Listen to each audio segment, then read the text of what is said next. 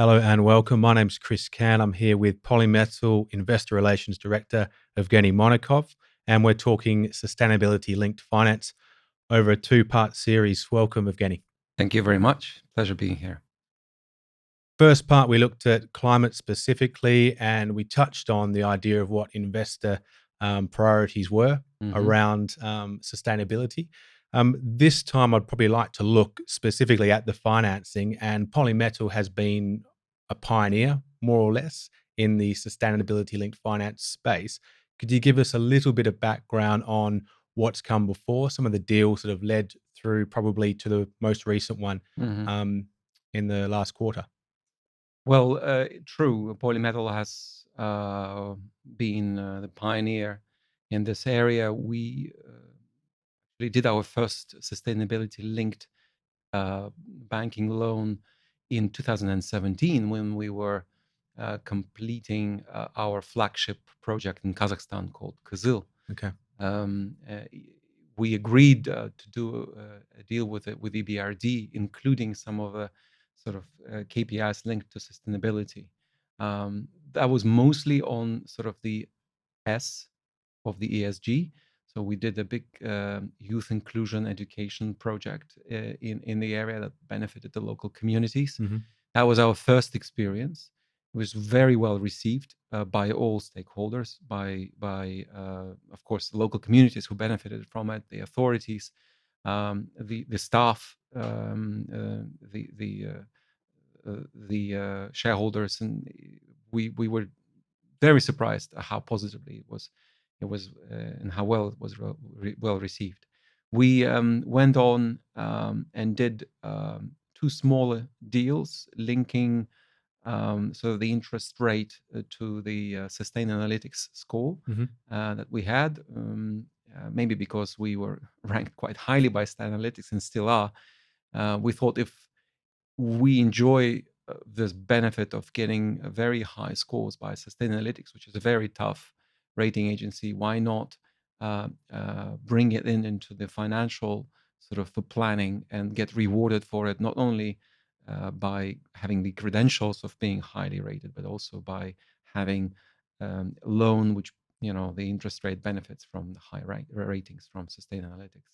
So is that something that you took to the finance community, or is that something that was mutually agreed on? It was mutually agreed on. I think both sort of the lenders and us, we arrived at the same point from different points of departure. But the banks are also under some considerable pressure to, what's the good word, to clean up their lending books and Okay. and come up with deals and financing which would benefit the sustainability of the businesses that they invest in. Okay. And the most recent agreements are linked specifically to your published climate policies. How do they practically work in terms of the terms of these agreements?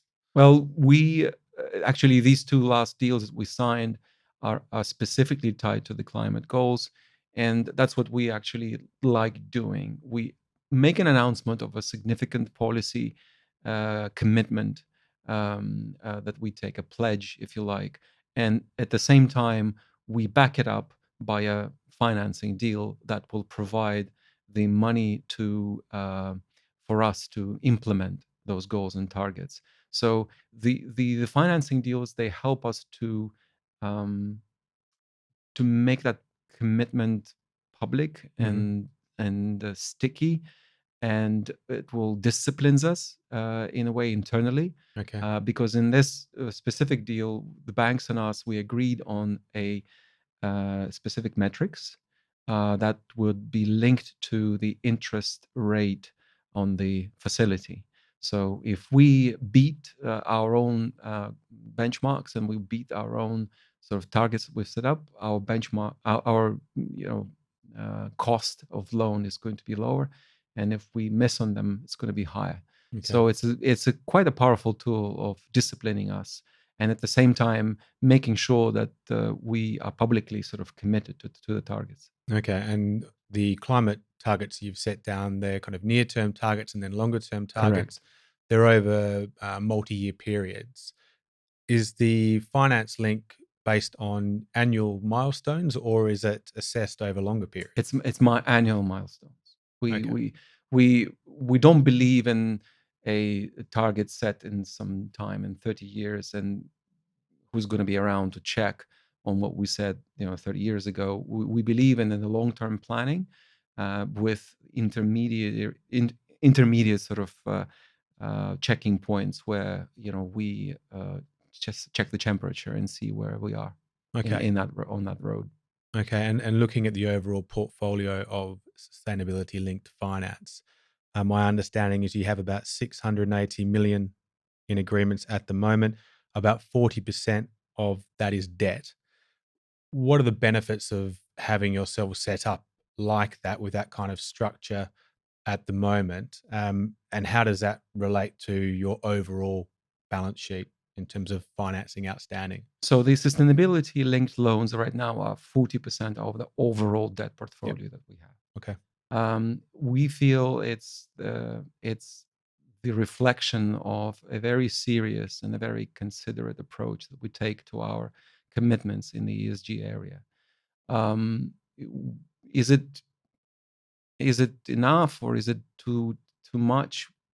It's it's effectively project by project approach. Okay. So we don't really have a target of saying let's be 60% of all that ESG linked or 100% of all that ESG linked. It's based on the specific projects that we implement to be in compliance with the commitments that we take on.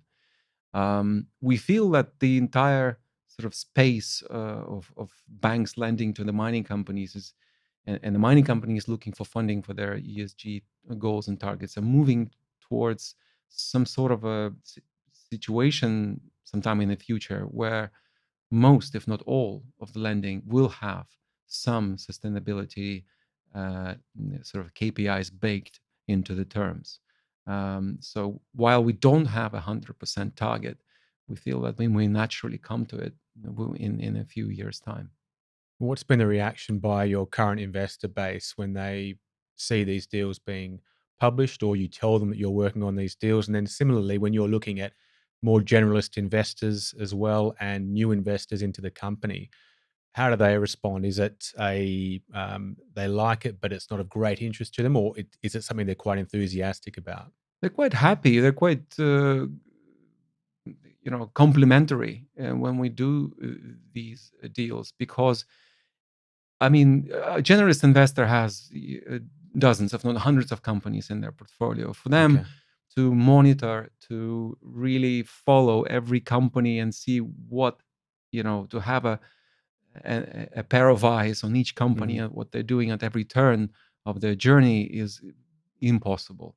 So when you add an additional source of scrutiny, an additional source of control, an additional source of, uh, if you like, assurance that you are going to comply with the targets that you have taken on, people are quite complimentary and quite happy that you're doing that. You're not afraid to bring in an extra sort of layer of um, uh, of of control into this quite a complex area. Evgeny Monakhov, thanks very much for your time. You're welcome. Thank you.